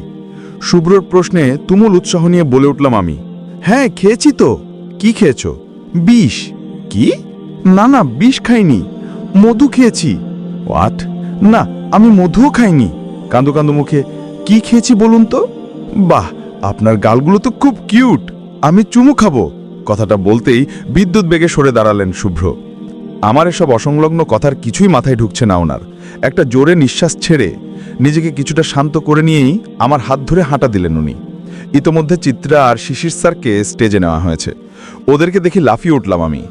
শুভ্রর ডান হাতটা জড়িয়ে ধরে বললাম, ওই দেখুন চিত্রার বর। শিশিরকে আজ নতুন দেখছি না রোদ, চলো রুমে চলো। ইস, দাঁড়ান না, চিত্রাকে অনেক কিউট লাগছে, তাই না? লাগছে। আপনি দেখে বলছেন নাকি না দেখে? না দেখে। দেখুন বরটাও কি কিউট, কিন্তু আমার বরটা বেশি কিউট, তাই না? এবার শুভ্র অসহায় দৃষ্টিতে আমার দিকে তাকালেন। আমি ওনার হাতে ঝাঁকিয়ে দিয়ে বলে উঠলাম, বলুন না, ওই বরটার চেয়ে আমার বরটা অনেক অনেক অনেক বেশি কিউট, তাই না? তোমার বর অনেক বেশি কিউট। এবার রুমে চলো। উনি আমাকে একরকম টানতে টানতে এই রুমের দিকে নিয়ে গেলেন। হঠাৎ সাব্বির ভাইয়াদের দাঁড়িয়ে থাকতে দেখে দাঁড়িয়ে গেলেন শুভ্র। ইশারায় ওদের সবাইকে কাছে ডাকলেন উনি। ওনারা কাছে আসতেই দাঁতে দাঁত চেপে বলে উঠলেন, শালা, আমার বউকে কি খাইয়েছিস বল, কি সব বিহেভ করছে? সাব্বির ভাইয়া অবাক হওয়ার চেষ্টা করে বলে উঠলেন, আমরা ভাবিকে কি খাওয়াবো আজব? সত্য বলবি নাকি দিব কানের নিচে লাগাইয়া? সাব্বির ভাইয়া এবার মুখ কাঁচুমাচু করে বলে উঠলেন, আসলে শুভ্র, হয়েছে কি, ভাবি তখন যে কোল্ড ড্রিঙ্কসের বোতলটা নিল ওটা বিয়ের ছিল। একটা বিয়েরে নেশা টেশা হয় না বলে আমিও আর কিছু বলিনি। তারপর শুনলাম রাতুলের থেকেও দুটো নিছে। আমি জানতাম না রে দোস্ত, সরি। কথাটা শুনেই রাতুল ভাইয়ার দিকে রাগী চোখে তাকালেন শুভ্র। রাতুল ভাইয়া মুখ কাচুমাচু করে বলে উঠলেন, আসলে ভাই আমিও জানতাম না ওইটা বিয়ের, নয়তো দিতাম না। সরি ভাই, ভাবি চাইলো তাই আর না করতে পারি নাই। মাথা নিচু করে, তোরা আসলে কোনোদিন মানুষ হবি না। আরে দোস্ত, আমরা 10 বার ক্যান খেয়ে ফলি, কিছুই তো হয় না। কোল্ড ড্রিঙ্কস আর বিয়ারের মধ্যে কি এমন পার্থক্য বল? এখন এটা কমন। বিয়ার এক জাতীয় মদ সাব্বির, ওটা হারাম। যে জিনিসটা আমি টাচ করি না সেটা তোরা রোদকে ধরতে দিলি। আধুনিকতারও একটা লিমিট আছে। ধর্মের বাইরে গিয়ে আধুনিক হওয়ার মাঝে কোনো বীরত্ব নেই। যা হারাম তা হারাম, এখানে কমন আনকমনের কোনো দোহাই আসতে পারে না। কথাটা বলে একরাশ রাগ নিয়ে আমাকে নিয়ে রুমে এলেন শুভ্র। উনি দেয়ালে ঠেস দিয়ে এক পা দেয়ালে রেখে এক হাতে মুখ ঢেকে দাঁড়িয়ে আছেন। আমি বিছানায় বসে গোল গোল চোখে ওনার দিকে তাকিয়ে আছি। উনি মুখ থেকে হাত ছড়িয়ে বলে উঠলেন, এভাবে তাকিয়ে আছো কেন? আপনি তো অনেক হ্যান্ডসাম, উফ, একদম রসগোল্লা টাইপ। উনি একটা ছোট্ট নিঃশ্বাস ফেলে করুণ চোখে তাকালেন। আমি আগের মতোই গালে হাত দিয়ে গোল গোল চোখে ওনার দিকে তাকালাম। রোদ, রোদ চুপ করে দাঁড়াও। দৌড়াচ্ছ কেন রে বাবা? এবার কিন্তু রাগ লাগছে আমার। দাঁড়া বলছি। আমি তো দাঁড়াতে পারছি না, পাগুলো দৌড়াচ্ছে, আমি দৌড়াচ্ছি না। হোয়াট? বাচ্চা মোরও একটা লিমিট আছে রোদ। বিয়ার খেয়েছো বলে 2 বছরে বাচ্চার মতো বিহেভ করবা, তা তো হতে পারে না। চুপচাপ বিছানায় এসে বসো আর শরবতটুকু খাও। এখনো বাচ্চার বাপ হলাম না, কিন্তু ধিঙ্গি একটা বাচ্চা সামলাতে হচ্ছে। ইয়া মাবুদ, রক্ষা করো। এবার কান্না পেয়ে গেল আমার মনে হচ্ছে আমি থামতে পারছি না। পা দুটো অটোমেটিক দৌড়াচ্ছে। আচ্ছা, পা দুটো দৌড়ে দৌড়ে যদি মঙ্গল গ্রহে চলে যায় তখন আমি পা কোথায় পাবো? শুভ্র, বাঁচাও, আমার পাগুলো চলে যাচ্ছে, ধরো ওদের। কাঁদো কাঁদো গলা। হোয়াট? কিসব আজগুবি কথা বলছো তুমি? চুপচাপ দাঁড়াও, নয়তো কানের নিচে মারবো এক চর। কথাটা বলে এক লাফে সোফা ডিঙিয়ে আমাকে 2 হাতে জড়িয়ে ধরলেন উনি। পাজা কোলা করে বিছানায় নিয়ে বসালেন। শরবতের গ্লাসটা হাতে নিয়ে গম্ভীর মুখে বললেন, খাও। এটা কি? কেন খাবো? আমি বলেছি তাই খাবে, চুপচাপ খাও। আমি কিছুক্ষণ ভ্রু কুচকে তীক্ষ্ণ দুরিকিতে গ্লাসটির দিকে তাকিয়ে থেকে গম্ভীর মুখে বলে উঠলাম, না, এটা ভালো দেখা যায় না, এটা খাবো না। আপনার গালগুলো ভালো দেখা যায়, আমি গাল খাবো। কি পাগল হয়েছো তুমি? চড়াই দাঁত ফেলে দেব। চুপচাপ শরবত খাও বলছি। হারান লাগে না তোমার? বিরক্ত করে ফেলছো তুমি। 2 ঘন্টা ধরে নিজেও দৌড়াচ্ছ আর আমাকেও দৌড় করাচ্ছ। শাড়িতে পা বেজে 3 বার ফ্লোরে পড়েছ, পা ছড়িয়ে কেঁদে কেটে আবার দৌড়।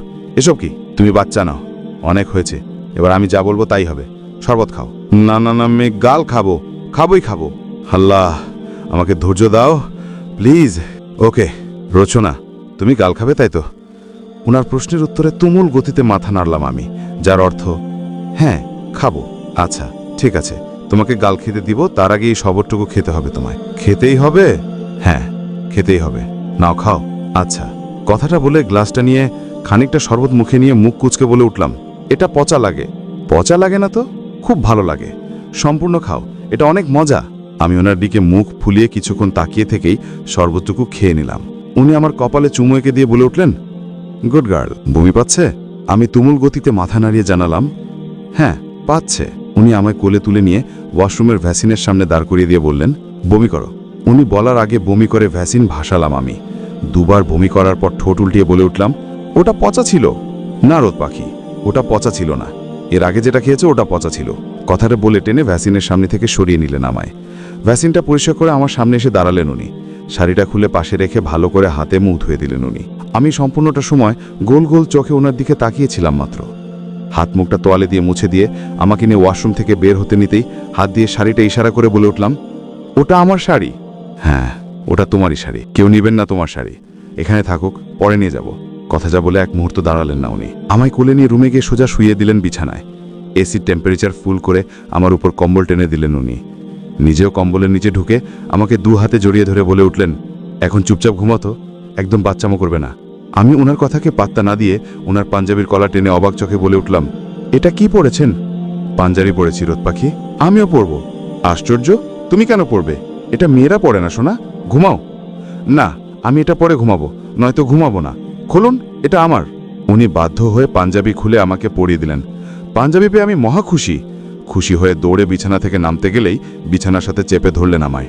চোখ রাঙিয়ে বলে উঠলেন, উঠার চেষ্টা করলেই মায়ের। এখন আমরা ঘুমাবো, ঘুমানোর সময় নো দৌড়াদৌড়ি, ওকে? এখানে কি দেখা যায়? এখন কি রাত? হ্যাঁ, এখন রাত। আমি ওনার দিকে অবাক চোখে তাকিয়ে হাত দিয়ে জানালা ইশারা করে বললাম, তাহলে ওখানে আলো কেন? ওখানে লাইট জ্বালানো, তাই আলো। ওখানে লাইট জ্বালানো কেন? ওখানে ভূতেরা থাকে, লাইট অফ করে দিলে ভূতেরা ভয় পাবে তো, তাই লাইট জ্বালানো। ভূতেরা ভয় পেয়ে কান্না করে? শুভ এবার চরম বিরক্তি নিয়ে আমার দিকে তাকালেন। হুট করেই নিজের সমস্ত ভর ছেড়ে দিলেন আমার উপর। কম্বল দিয়ে মাথা পর্যন্ত ঢেকে নিয়ে শ্বাস নেওয়ার সব পদ্ধতি বিনষ্ট করে ক্ষান্ত হলেন উনি। ঘুমের মাঝে বুঝতে পারছি মাথাটা খুব ব্যথা করছে আমার। অনিচ্ছা সত্ত্বেও চোখ মিলে তাকালাম। ঘরে লাইট জ্বলছে। আমার পাশে বসে ল্যাপটপে কিছু একটা করছেন শুভ্র। উনার গায়ে কালো রঙের টি শার্ট, চুলগুলো হালকা ভেজা, বোঝা যাচ্ছে শাওয়ার নিয়েছেন উনি। আমাকে তাকাতে দেখে মিষ্টি হেসে বলে উঠলেন, ম্যাডামের ঘুম ভেঙেছে? কয়টা বাজে? 8টা। উনার কথায় কপাল কুঁচকে এলো আমার। এক ঝাঁক প্রশ্ন ভালো দৃষ্টি নিয়ে বলে উঠলাম, 8টা মানে সকাল 8টা? না, রাত 8টা। আজ না চিত্রার গায়ে হলুদ ছিল? আমি ঘুমালাম কখন? গায়ে হলুদ কি হয়ে গেছে? জি ম্যাম, গায়ে হলুদ আরও 3 ঘন্টা আগে শেষ। আপনার জন্য আমিও অ্যাটেন্ড করতে পারিনি। আর আপনি মাত্র 1 ঘন্টা ঘুমিয়েছেন, এতক্ষণ জেগেই ছিলেন। আশ্চর্য, 1 ঘন্টা আগে ঘুমলে আমি চিত্রার হলুদ অ্যাটেন্ড করতে পারলাম না কেন? কারণ আপনি মাতাল ছিলেন এবং আপনার সাথে আমিও মাতাল ছিলাম। এবার দয়া করে ওয়াশরুমে গিয়ে ফ্রেশ হয়ে নিন মহারানী। শরীরে কম্বল প্যাচে মাথা ধরে চুপচাপ বসে রইলাম আমি। সারা দিন যা যা করেছি তার সবকিছু হালকা মাথায় আসছে আমার। চিত্রার হলুদ নিয়ে এত প্ল্যান ছিল, আর সবটাই ভেস্তে গেল ভাবতে কান্না পাচ্ছে আমার। আমাকে চুপ করে থাকতে দেখে দীর্ঘশ্বাস ফেললেন শুভ্র। ডান হাতে আমার বাম হাতটা টেনে নিয়ে বলে উঠলেন, থাক, মন খারাপ করে না, আমরা চিত্রা শিশিরের আবার গায়ে হলুদ করব। আমি বাচ্চা নই, বাচ্চাদের মতো গাঁজাখড়ি যুক্তি দিবেন না আমায়। একটু আগে তো বাচ্চা ছিলে। আমাদের মেয়েটা তোমার মতো হলে কি যে হবে আল্লাহই জানে। তবে যাই ছিলে, কিউট ছিলে। মদ হারাম না হলে আমি তোমাকে প্রতিদিন খাওয়াতাম। এনিওয়ে, সবাই ছাদে আড্ডা দিচ্ছে, তুমি ফ্রেশ হয়ে আসো, আমরাও যাব। দেখবে মন ভালো লাগবে তোমার।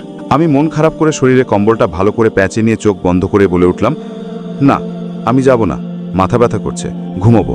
আরে ফ্রেশ তো হয়ে নাও, আর খাওনি তো কিছু। রোদ, এই রোদ।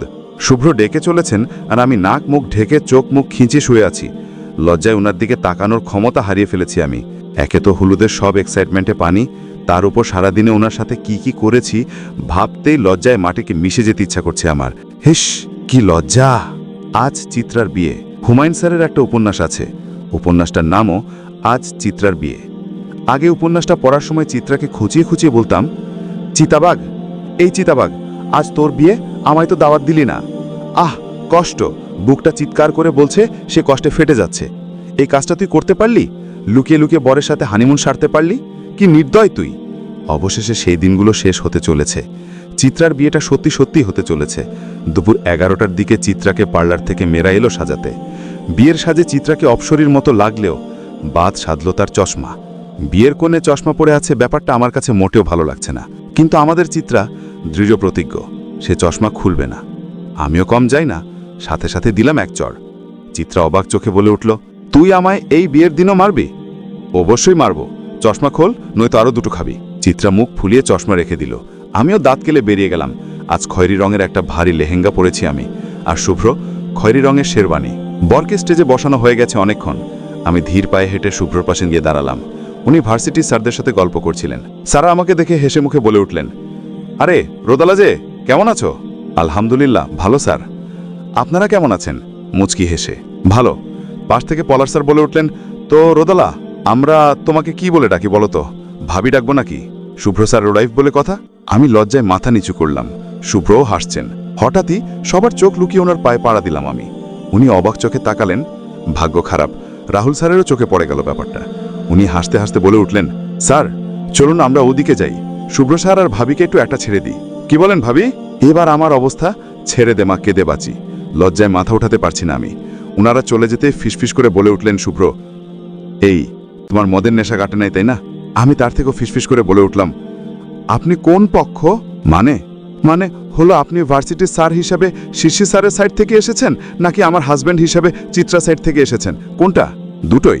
আমাকে দুজনই দাওয়াত দিয়েছে, আমি দুপক্ষের। এটা কোনো কথা? দুপক্ষের হওয়া যায় না, যে কোনো একটা সিলেক্ট করতে হবে। আপনার কাছে আমার থেকে শিশি স্যার বড় হলো কি? কই থেকে কই যাচ্ছ তুমি? এত কই কই না করে বলুন আপনি কোন পক্ষ? আচ্ছা বাবা, কোনে পক্ষ? এবার বলো কি সমস্যা? আমার ওড়নার নিচে তাকান। হোয়াট? এই তোমার নেশা নামেনি তাই না? ওনার কথায় চোখ রাঙিয়ে তাকালাম, দাঁতে দাঁত চেপে বলে উঠলাম, অলওয়েজ নেগেটিভ ভাবেন কেন? লুচ্চু ছেলে। আমার ওড়নার নিচে আমার হাত, আর হাতের মাঝে শিশ্রে সারের জুতো। চুরি করেছি। ও মাই গড, আমার বউ এত বড় চোর জানা ছিল না তো। ওখানে এতগুলি পাহারা দিচ্ছে, তার মধ্যে কেমনে পারলা তুমি? সেটা আপনাকে না জানলেও চলবে। এই জুতোগুলো ওই তাকের উপর যে ফুলের ঝুড়িটা আছে ওর পেছনে রাখবো। আমি অতটুকু লম্বা নই, আপনি রেখে দিন না প্লিজ। আহারে বাচ্চাটা, এজন্য বলি কমপ্লেন খাও। শোনো না তো, আজব তো, আমাকে যদি বিয়ের পরও কমপ্লেন খেতে হয় তাহলে আপনার মতো লম্বুকি বিয়ে করেছে কি ঘাস কাটতে? হোয়াট? তার মানে আপনি আজকের দিনে আমাকে ব্যবহার করার জন্য বিয়ে করেছেন? ইস, এত বেশি কথা বলেন কেন আপনি? তুলে দিন না, দেখে ফেলবে তোরা। আচ্ছা দিচ্ছি, এমনি তুলে দেখে ফেলবে। আগে একটা ওড়না আনো। ওড়না দিয়ে কি হবে? ভ্রকুচকে। আরে আনো তো। আমি এদিক ওদিক তাকিয়ে চিত্রার ছোট বোনকে দেখতে পেয়ে দিলাম দাগ। মেয়েটি একটু অস্থির টাইপের, সবসময় এক ধরনের অস্থিরতায় ভুগে সে, যেন কত কাজ তার। এবারও তাই হলো, একগুচ্ছ অস্থিরতা নিয়ে আমার সামনে এসে দাঁড়ালো। রোদকু, ডেকেছ? কিছু লাগবে? কিছু বলবে? হ্যাঁ বলবো। আচ্ছা চৈতি, তোমার কাছে ওড়না হবে? হলে ঝটপট রুম থেকে একটা ওড়না এনে দাও তো। চৈতি আর কোনো প্রশ্ন না করে ছুট লাগালো রুমের দিকে। ওড়না দিয়ে কি করব তা জানার বিন্দুমাত্র আগ্রহ তার মাঝে দেখা গেল না। কয়েক মিনিটের মাঝেই ফিরে এসে একটা লাল ওড়না ধরিয়ে দিল শুভ্রর হাতে। শুভ্র ওকে ঠিক সামনে দাঁড়িয়ে থাকতে বলল, একদম নড়াচড়া বন্ধ। হাত উঁচিয়ে তাক থেকে ফুলের ঝুড়িটা নিয়ে সাইডের কয়েকটা বেত নিজের ইচ্ছেতেই ভেঙে ফেলল সে। আমি আর চৈতি দুজনেই অবাক চোখে তাকিয়ে আছি। ঝুড়ির বেশ কিছুটা ভেঙে নিয়ে একটু জোরেই রাতুল ভাইয়াকে ডাকলেন শুভ্র। বলতে গেলে সবাইকে শুনিয়েই ডাকলেন উনি। রাতুল ভাইয়া পাশে দাঁড়াতেই আগের মতো জোরেই বলে উঠল, এই রাতুল, এই ওয়েডিং হাউসের ম্যানেজারকে ডাকতো। কি সব কাজ করে এরা? রান্নাঘরে পিঁপড়া পাওয়া যায়, আর এখন এই ঢালাও ভাঙা, সব ফুলই তো পড়ে যাচ্ছে। এদের সার্ভিস এত খারাপ কেন? শুভ্রর কথায় ছেলে পক্ষরাও ঘুরে তাকালো। ম্যানেজার ছুটে এসে বলল, সরি স্যার, এমনটা আর হবে না। আই থিঙ্ক কোনো স্টাফের ভুল ছিল এটা। It's okay. ওদিকটা ডেকোরেশন দেখুন। এই ঢালিটা আপাতত এই ওড়না দিয়ে বেঁধে দিচ্ছি, ফুলগুলো আর পড়বে না। দয়া করে দেখবেন ঢালিটা যেন কেউ নাড়াচাড়া না করে। এই ফুলগুলো বাসরের জন্য আনা হয়েছে। এটুকু তো পারবেন মিস্টার? ইয়েস স্যার, অবশ্যই। ম্যানেজার আর শুভ্রর কথায় সবাই আবারও যার যার মতো ব্যস্ত হয়ে পড়ল। ম্যানেজারও চলল অন্যদিকে। শুভ্র খুব মনোযোগ দিয়ে ঢালায় ওড়না পেঁচালেন। তারপর ঘুরে ঢালাটা ওপরে রাখার আগে আমার হাত থেকে হুট করে জুতো জুড়ো নিয়ে ওড়নার ভাঁজের মাঝে ঢুকিয়ে দিলেন শুভ্র। যেদিকটায় জুতো রাখা হয়েছে সেদিকটা দেয়ালের দিকে মুখ করে রেখে দিলেন। আমি আর চৈতি শুধু চোখ বড় বড় করে দেখেই লালাম।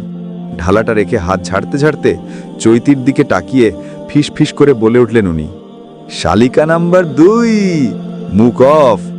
চৈত্য একটা হাসি দিয়ে চলে গেল। আমি ওনার আরেকটু কাছে গিয়ে দাঁড়িয়ে ফিস ফিস করে বললাম, এত কাহিনী করলেন কেন? তোমার জুতো সেফ রাখতে, এমনি রাখলে ওরা চেক করতেই, তাই সবাইকে জানিয়ে শুনিয়েই রাখলাম। সবাই জানবে ঢালিতে সমস্যা, ম্যানেজারও ওটা ধরতে দিবে না। তারপরেও যদি চেক করে তাহলে ঢালির ভেতরে ফুলের মাঝেই দেখবে, ওড়নায় পেঁচানো আছে কিনা সেটা ভাববে না। কথাটা বলেই রোহন ভাইয়াদের দিকে এগিয়ে গেলেন উনি। আমি সেখানেই ঠাই দাঁড়িয়ে আছি। মাথায় কি বুদ্ধি রে বাবা! আজ মনে হচ্ছে কোনো রাজনৈতিক নেতাকে বিয়ে করছি। কি কূটনীতি রে বাবা! শুভ্র বিছানায় বসে ফোন গোতাচ্ছেন, আর আমি তার ঠিক সামনে দাঁত কেলিয়ে দাঁড়িয়ে আছি। শুভ্র এ পর্যন্ত দুবার ভ্রু কুঁচকে তাকিয়েছেন, কিন্তু তাতে আমার অবস্থার কোনো পরিবর্তন হয়নি বললেই চলে। শুভ্র এবার ফোনটা পাশে রেখে আমার দিকে তাকালেন। ভ্রু নাচিয়ে বলে উঠলেন, কি ওভাম তাকিয়ে আছো কেন? উনি কথাটা বলার সাথে সাথেই একরকম লাফিয়ে গিয়ে ওনার গা ঘেঁষে বসে পড়লাম আমি। আমার কাজে উনি চরম অবাক। কিছুক্ষণ অবাক চোখে তাকিয়ে থেকে হালকা কেশে কিছুটা সরে বসলেন উনি। আমি আবার ওনার পাশে গিয়ে বসে পড়লাম। উনি এবার সন্ধি দৃষ্টিতে তাকালেন। আর একটু সরে গিয়ে ভ্রু কুচকে বলে উঠলেন, এই, তুমি আবার বিয়ের খেয়েছো? আজব, বিয়ের খেতে যাব কেন? আর আপনিই বা এমন বিহেভ করছেন কেন? এই প্রশ্নটা আমার করা উচিত। এমন বিহেভ করছো কেন? বিয়ের খাওয়া ছাড়া তো আমার প্রতি তোমার এত দয়া হওয়া পসিবল না। টেনেও তো পাশে বসানো যায় না আবার ভালোবাসা। তাই আজ যেহেতু এত ভালোবাসা দেখাচ্ছ, নিশ্চয়ই কাহিনী আছে। যদি বিয়ের খেয়ে থাকো তো আমার থেকে দূরে থাকো। মাতাল হলে তোমার ভালোবাসা একটু বেশিই বেড়ে যায়। নিজেকে তখন অসহায় মোরগ মনে হয়। টোটাল অ্যাগ্রেসিভ রোধ, প্লিজ দূরে। কথাটা বলে আরেকটু দূরে সরে বসলেন উনি। আমি ভ্রু কুচকে তাকিয়ে আছি। কিছুক্ষণ চুপচাপ ওনার দিকে তাকিয়ে থেকে বলে উঠলাম, একটু পর চিত্রার বাসর। উনি অবাক চোখে কিছুক্ষণ আমায় দেখে নিয়ে বলে উঠলেন, তো তুমিও বাসর করতে ইচ্ছুক নাকি? হলে বলো, সাজিয়ে দি রুম। আমার কিন্তু কোনো প্রবলেম নেই। I am always ready. ধ্যাত, অলওয়েজ ফালতু কথা বলবেন না। আমি বাসর করতে যাচ্ছি না, হেল্প চাচ্ছি। এবার যেন আরও অবাক হলেন উনি। চোখ কপালে তুলে বলে উঠলেন, কিসের হেল্প? আমি আবারও ওনার পাশে গিয়ে বসলাম। ইনোসেন্ট ফেস নিয়ে ঠোঁট উল্টিয়ে বলে উঠলাম, এত সহজে বাসর হয়ে যাবে? জ্বালাবো না? সেই কত বছর থেকে প্ল্যানিং করে আসছি চিত্রার বাসরে এভাবে ডিস্টার্ব করব, ওভাবে ডিস্টার্ব করব, বাট এখন কিছুই মাথায় আসছে না, ভাল লাগে না। আহারে, তো আমাকে কি করতে বলো? আমি দুলাভাই হয়তো শালিকার বাসরে ডিস্টার্ব করতে পারি না রোদ পাখি। যা করার তুমিই করো ভাব নিয়ে। আপনি হেল্প করবেন না?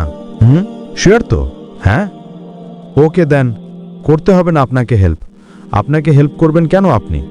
আপনি তো হেল্প করবেন আপনার শ্রেয়া বেপিকে, তাই না? আর কে কে আছে যেন? হেল্প করার মানুষের অভাব নেই তো আপনার। ভার্সিটি স্টুডেন্টরাও তো এখন ইনিয়ে বিনিয়ে প্রপোজাল দেয়। বাচ্চা বাচ্চা কচি কচি মেয়ে, আহা, তাদের রেখে আমাকে হেল্প করতে যাবেন কেন? কি মনে করেন বুঝি না আমি? সব বুঝি। কথাটা বলে মুখ ফুলিয়ে উঠে যেতে নিতেই টেনে কোলে বসিয়ে নিলেন উনি। আমার মুখ তখন অমাবস্যার রাতের মতো কালো, আর ওনার মুখে মিষ্টি হাসি। আমার ঘাড়ে মুখ ডুবিয়ে বলে উঠলেন উনি, আপনি এত বোঝেন, জানাই ছিল না আমার। তো আর কি কি বোঝেন? আমি কিছু বললাম না, মুখ ভার করে বসে রইলাম। এবার উনি ভ্রু কুচকে তাকালেন। আমার ঠোঁটে হালকা ঠোঁট ছুঁয়ে বলে উঠলেন, এই, ঠোঁটে হাসি ফুটানোর জন্য কি করতে পারি ম্যাডাম? এবারও চুপ করে রইলাম আমি। মুখটা অন্যদিকে ফিরিয়ে বসে রইলাম চুপচাপ। আমাকে চুপ থাকতে দেখে ঘাড়ের চুলগুলো সরিয়ে কাঁধে একটা কামড় দিয়ে বলে উঠলেন, আচ্ছা মহারানী, আপনার আদেশই শিরোধার্য, তবু একটু হেসে অধমকে ধন্য করুন। আমি এবার ওনার দিকে তাকালাম। চোখে চোখ পড়তে মুচকি হেসে লজ্জায় চোখ নামিয়ে নিলাম আমি। উনি শক্ত করে কোমর চেপে ধরে কাঁধে মুখ গুজে ফিসফিস করে বলে উঠলেন, থ্যাংক ইউ মহারানী। চিত্রার বাসরের ঘরটা সাজানো হয়েছে একদম দক্ষিণের ঘরটাতে। সেই দিক থেকে দক্ষিণা বাতাস আসবে এই মতবাদই সাজানো হয়েছে সেই রুম। এই ওয়েডিং হাউসের বেশিরভাগ রুমগুলোর পাশেই ব্যালকনি আছে, কিন্তু সমস্যা হলো ব্যালকনিগুলো এক্সট্রা নয়, লম্বালম্বি। অর্থাৎ সব রুমের পাশ দিয়ে একই বারান্দায় চলে গেছে লম্বালম্বি। আমি বারান্দার এক কোণে দরজার আড়ালে দাঁড়িয়ে আছি। আমার পাশে জানালার ওপর পা ঝুলিয়ে বসে আছেন শুভ্র। রাত প্রায় 12:15। হালকা জ্যোৎস্নার আলো চারপাশে। আমাদের দুজনের দৃষ্টি চিত্রাদের রুমের বারান্দায়। ওখানে দাঁড়িয়ে আছে রোহান ভাই, সাব্বির ভাই, সাকিব ও রাতুল ভাই সহ সব। এমনকি শিশির স্যারের ভাই মিশির আহমেদও আছেন। এতগুলো মানুষ দাঁড়িয়ে আছে, অথচ জায়গাটা একদম নিশ্চুপ। কিছুক্ষণ পর পর কেউ একজন করে খুব জোরে কাশি দিয়ে উঠছে। একটানা কয়েক সেকেন্ড কাশতে কাশতে আবারও নিশ্চুপ হয়ে পড়ে যাচ্ছে সব। কিছুক্ষণ পর অন্য আরেকজন গিয়ে শুরু করছে সেই বিখ্যাত কাশি। আর এসব দেখে বাকিগুলো হাসতে হাসতে কাহিল। শিশির স্যার এই পর্যন্ত দুবার দরজা খুলে চেক করেছেন কেউ আছে কিনা, কিন্তু বেচারা কাউকেই চোখে পড়েনি। সাকিব ভাইয়ের রাতুল ভাইয়ের উৎসাহই বেশি। কাশতে কাশতে যেন এখনই রক্তবমি করে দিবেন এমন অবস্থা করে লুকিয়ে পড়েন ব্যালকনির বাইরের ভারতী ওই অংশটুকুতে। কি ভয়ঙ্কর অবস্থা! শুভ্রর মাথায় এমন সব প্ল্যান কোথা থেকে আসে কে জানে। আজ বেচারা শিশির চিত্রা কাশি বিড়ম্বনায় ক্লান্ত হয়ে পড়বে নির্ঘাত। রাত প্রায় 1টার দিকে সবাইকে কাছে ডেকে বলে উঠলেন শুভ্র, বহুত জ্বালাইছিস, এবার রুমে যা। বাকি সময়টা ওদেরকে নিজের মতো থাকতে দে। বাসর বলে কথা, লাইফের সবচেয়ে মেমোরেবল ডে, এভাবে সম্পূর্ণটাই নষ্ট করে দেওয়া উচিত নয়। উনার কথা মেনে নিয়ে যার যার রুমে চলে গেলেন সবাই। তবে যেটুকু জ্বালিয়েছে সেটুকু জীবনে ভুলবে বলে মনে হয় না আমার। রাত কটা বাজে জানি না, হঠাৎই শুভ্রর হাসির শব্দে ঘুম ভেঙে গেল আমার। চোখ দুটো পিটপিট করে তাকিয়ে আশেপাশের অবস্থানটা বুঝতে চেষ্টা করে উঠে বসলাম আমি। কম্বলটা ভালো করে পেঁচিয়ে সামনের দিকে তাকিয়েই ল্যাপটপে চোখ পড়ল আমার। শুভ্র ভিডিও কলে কথা বলছিলেন। আমাকে উঠতে দেখে মুচকি হাসলেন উনি। ওপাশ থেকে সাহেল ভাইয়া বলে উঠলেন, হেই সানশাইল, কেমন আছো? ওপস, সরি, ভাবছি এখন থেকে ভাবি ডাকবো। আমার একমাত্র বেস্ট ফ্রেন্ডের একমাত্র বউ বলে কথা। তো ভাবি কেমন আছেন? আমি হাসলাম। চুলগুলো কানের পেছনে গুঁজে নিয়ে ঘুমু ঘুমু কণ্ঠে বলে উঠলাম, ভালো আছি ভাইয়া, আপনি কেমন আছেন?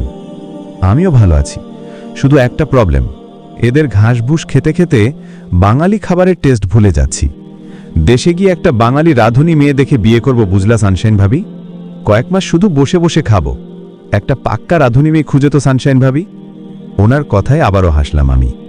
মুচকি হাসি বলে উঠলাম, ওখান থেকে একটা ধলা সুন্দরী বিয়ে করে আনুন ভাইয়া, পরে না হয় রান্না শিখিয়ে দেব। আরে না, বিয়ে তো আমি দেশি মেয়েকেই করব, তাও আবার শ্যামবতী। আমি যে নিজে সাদা, আর এক সাদাকে বিয়ে করলে আমার বাচ্চাগুলো সব ফার্মের মুরগির মতো দেখাবে, তার থেকে দেশি মেয়েই ভালো। আমি কিছু বলার আগেই শুভ্র কিছু একটা বললেন, তার বিপরীত সাহেল ভাইয়াও কিছু একটা বললেন। তারপর শুরু হলো দুজনের হাসাহাসি। শুধু হাসাহাসি নয়, একে বলে চরম রকম হাসাহাসি। আমি আবালের মতো তাকিয়ে আছি, উনাদের কথার আগামাথা একদম বুঝতে পারছি না।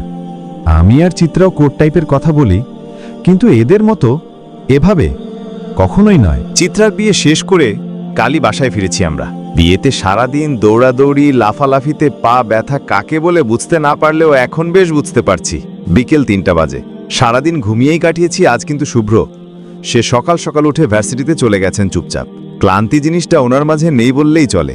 বিছানা ছেড়ে ফ্রেশ হয়ে রুমে আসতেই দেখি মুখে গম্ভীর ভাব নিয়ে বসে আছেন শুভ্র। আমি কিছুক্ষণ অবাক চোখে তাকিয়ে থেকে বললাম, কখন ফিরলেন? আমার কথায় শটান দাঁড়িয়ে পড়লেন উনি।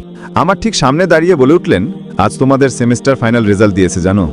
আমি পাত্তা না দিয়ে বললাম, লিমা ফোন দিয়ে বলেছিল সকালে। উনি আগের থেকেও গম্ভীর মুখে বলে উঠলেন, রেজাল্ট কি? 3.57, মাত্র 4-এর মধ্যে মাত্র 3 সামথিং। Like seriously?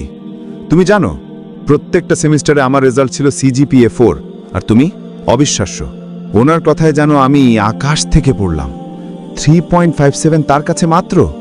এটা পেয়ে আমি আর চিত্রা যেখানে লুঙ্গি ড্যান্স করি সেখানে উনি বলছেন মাত্র। আমি থতমত খেয়ে বলে উঠলাম, এটা মাত্র? তো মাত্র নয় তো, ভার্সিটি টিচারের বউ হয়ে রেজাল্ট। আমি পলিটিক্স করার পাশাপাশি পড়াশোনা করেও 4 পেয়ে গেছি, আর তুমি তো সারা দিনই বাসায় বসে থাকো। এত লাফালাফি ঝাপাঝাপি না করে একটু পড়াশোনা করলে কি হয় শুনি? আমি এত ভালো রেজাল্ট দিয়ে কি করব? 3.57ই আমার জন্য অনেক। তাছাড়া আপনার মতো বইয়ে মুখ গুজে বসে থাকতে মোটেও ভালো লাগে না আমার। আমি সারাদিন বই নিয়ে পড়ে থাকিনি, ফ্রেন্ডসদের সাথে এনজয়, পলিটিক্স সবই করেছি। অ্যাকচুয়ালি মনোযোগ তো থাকতে হবে। তোমার মাথায় তো সারাদিন ফাউল ফাউল বুদ্ধি ঘুরে বেড়ায়, মনোযোগ থাকবেটা কিভাবে? তোমার মনোযোগ অ্যাকচুয়ালি কোথায় থাকে সেটাই তো বুঝি না আমি। সাথে সাথে দাঁত কিলিয়ে বলে উঠলাম, আমার মনোযোগ তো আপনার কাছে থাকে। কথাটা ওনাকে ডিস্ট্র্যাক্ট করার জন্য ছিল, কিন্তু হাই নিয়তি। উনি আরও গম্ভীর স্বরে বলে উঠলেন, রোদ পাখি, লাভ নেই, আমার দুর্বলতায় আঘাত করে লাভ নেই। আপনার এই প্রেমবান আপাতত নিজের কাছে রাখুন। নেক্সট এক্সামে 4 না এলে খবর খারাপ হবে তোমার। আজ থেকে লাভঝাপ বন্ধ। অফিস থেকে এসে যদি দেখি দৌড়াদৌড়ি করছো বা ঘুমিয়ে গেছো, তাহলেই চলবে মায়ের। আমি ফ্রেশ হতে যাচ্ছি, টেবিলে খাবার দিতে বলো। যাওয়ার আগে পড়া দেখিয়ে দিয়ে যাব।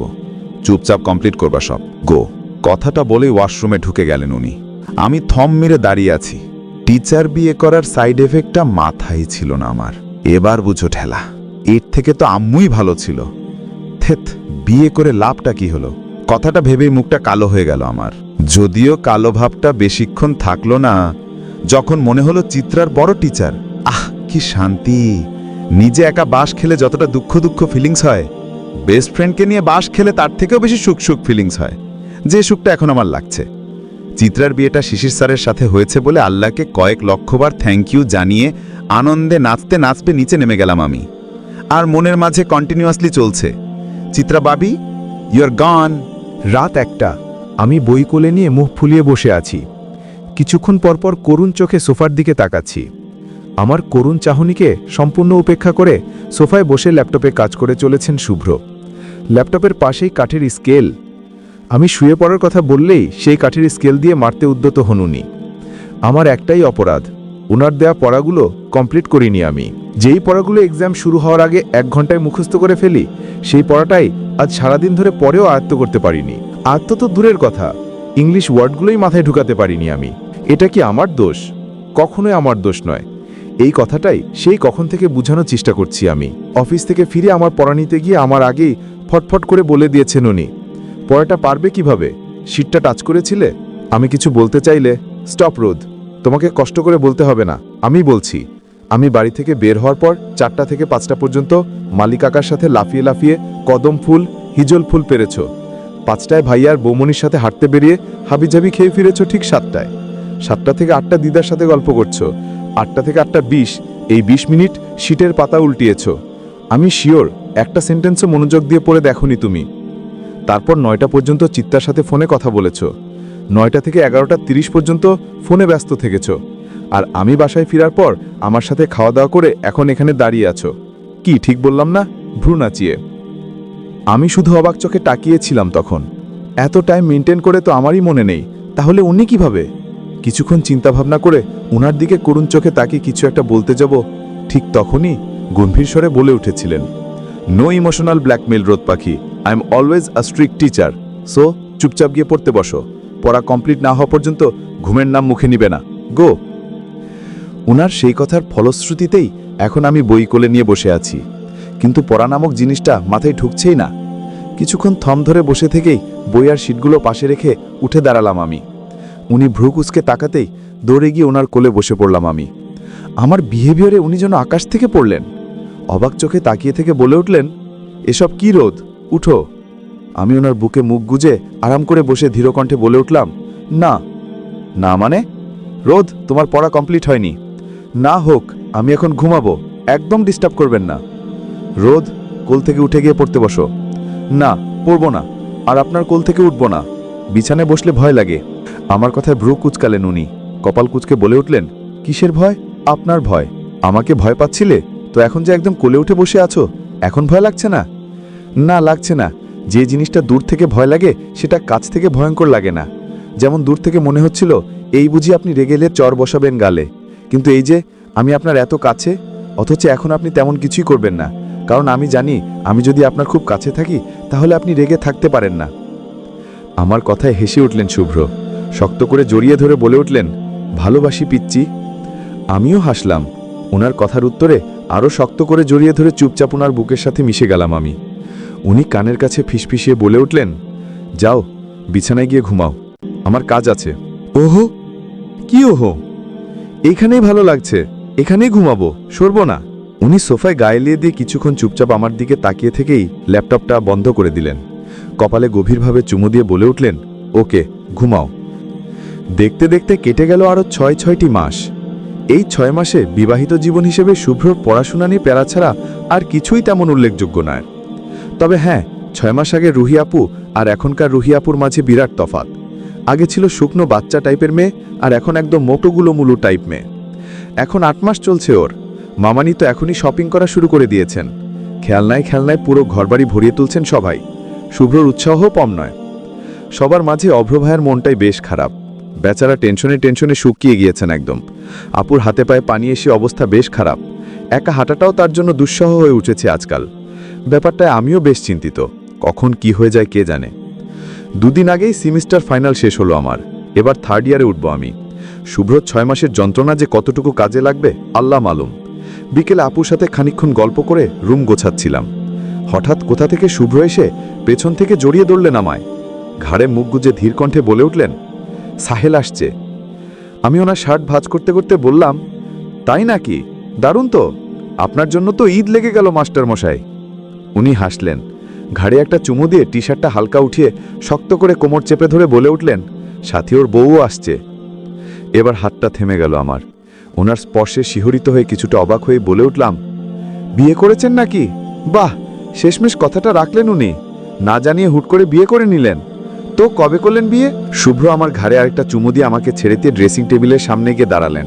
টায়ার নাটটা ঢিল করতে করতে বলে উঠলেন, ওর বউ প্রেগনেন্ট রোদ পাখি। শুভ্রর বলা কথাটা কানে বাজতে লাগলো আমার। আমি অবাক চোখে তাকিয়ে আছি। মুখটা যেন অটোমেটিকলি হা হয়ে গেছে। মাথায় শুধু একটা প্রশ্নে ঘুরছে, কেমনে কি?